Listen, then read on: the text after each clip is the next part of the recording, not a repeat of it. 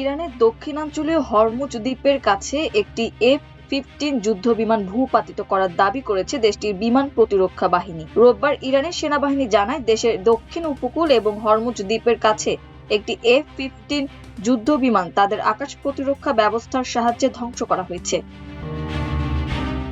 ইরানের joint air defence কমান্ডের এক বিবৃতিতে বলা হয়েছে, যুদ্ধবিমানটি দেশটির দক্ষিণ উপকূলীয় অঞ্চলের আকাশসীমায় অনুপ্রবেশ করেছিল।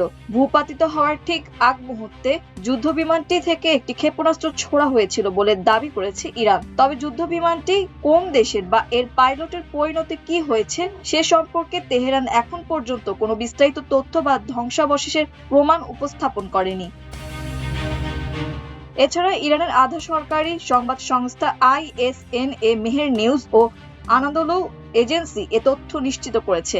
ইরানের সংবাদ সংস্থা ফার্স্ট নিউজ এজেন্সি জানিয়েছে, অত্যাধুনিক এই যুদ্ধবিমানটিকে আকাশে নিক্ষেপযোগ্য প্রতিরক্ষা ব্যবস্থার সাহায্যে লক্ষ্য ভেদ করা হয়েছে। প্রমাণ হিসেবে একটি ভিডিও পোস্ট করেছে ইরানের সংবাদ মাধ্যম।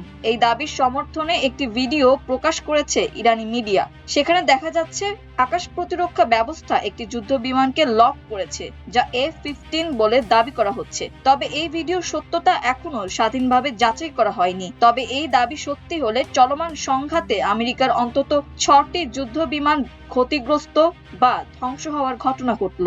আর বর্তমান মার্কিন ইরান সংঘাতের 4 সপ্তাহে এটি F-15 যুদ্ধবিমান সংক্রান্ত চতুর্থ ঘটনা।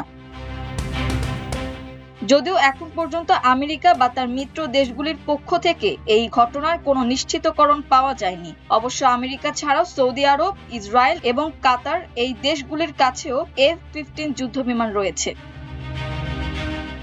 এর কয়েকদিন আগে ইরান দাবি করেছিল তারা বিশ্বের প্রথম দেশ হিসেবে একটি F-35 যুদ্ধবিমান আঘাত করেছে। এই প্রসঙ্গে CNN এর একটি রিপোর্টে মার্কিন প্রতিরক্ষা আধিকারিকদের উদ্ধৃত করে জানানো হয়, একটি F-35 জরুরি অবতরণ করেছিল। পাইলট নিরাপদে বেরিয়ে আসেন এবং বিষয়টি নিয়ে তদন্ত চলছে।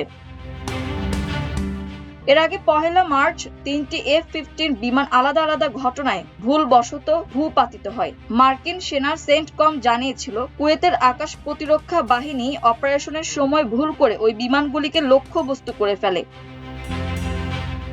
শুধু F-15 বা F-35 নয়, এর আগে একটি মার্কিন জ্বালানি ভরার বিমানও দুর্ঘটনার শিকার হয়। মার্কিন সেনার দাবি, অজ্ঞাত কারণে দুটি বিমানের মধ্যে একটি ঘটনায় সেটি ভেঙে পড়ে, যদিও তা বন্ধুসুলভ আকাশসীমার মধ্যেই ঘটেছিল। অন্যদিকে ইরান আরও দাবি করেছে যে তারা দেশের মধ্যভাগে একটি F-16 লক্ষ্য করে সারফেস টু এয়ার মিসাইল নিক্ষেপ করেছে। সব মিলিয়ে আকাশপথে সংঘাতের মাত্রা দ্রুত বাড়ছে। মাল্টিমিডিয়া ডেস্ক, আমার দেশ।